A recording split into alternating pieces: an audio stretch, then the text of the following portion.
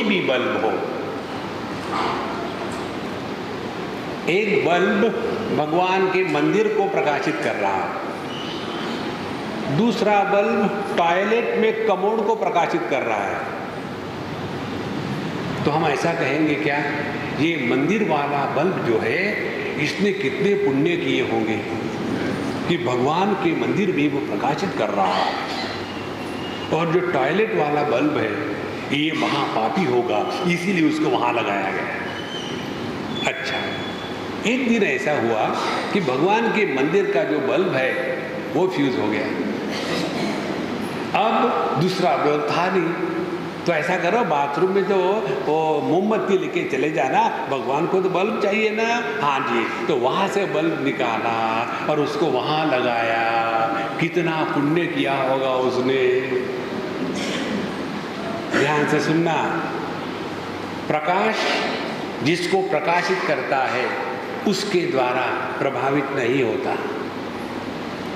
यहां हम लोग बैठे हैं, ये प्रकाश प्रकाशित कर रहा है सबको, हमें जो बोल रहे हैं, आप जो सो रहे सुन रहे हैं वो गलती से हो गया।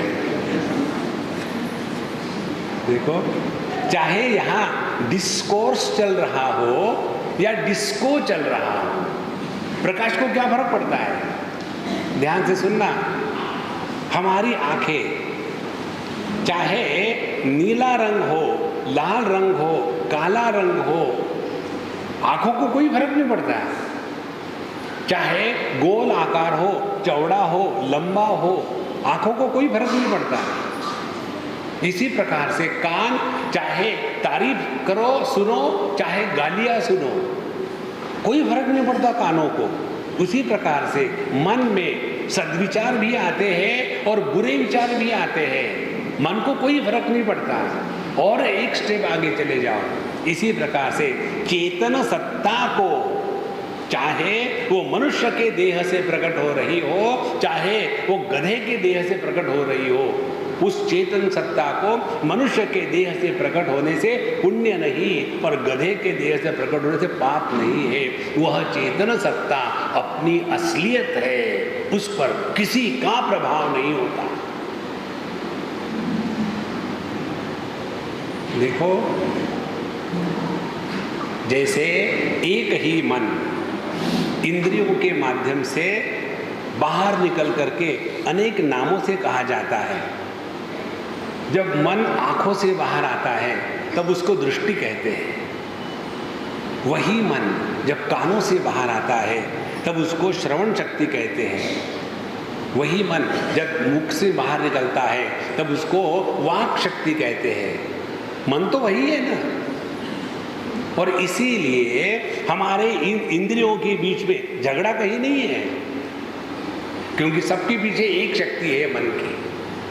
इसी प्रकार से जो साधु संत इस चेतन सत्ता में निष्ठावान है, उनके लिए ना कोई अपना है ना कोई पराया है। और इसीलिए जो असल में साधु संत है वो किसी का नुकसान कभी नहीं कर सकते।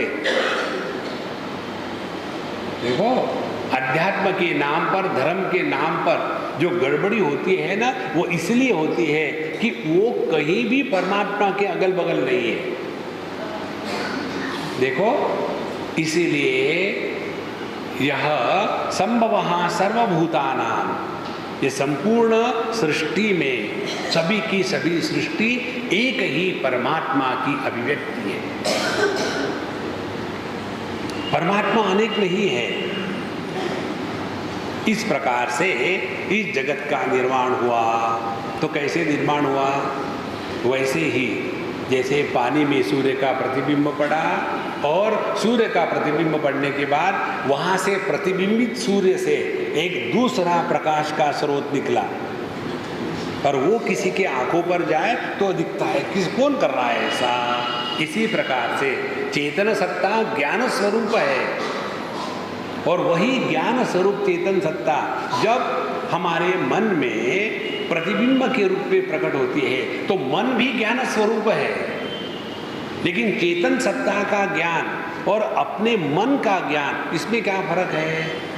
चेतन सत्ता के ज्ञान में अन्य की प्रतीति नहीं है और मन के ज्ञान में अन्य की प्रतीति है।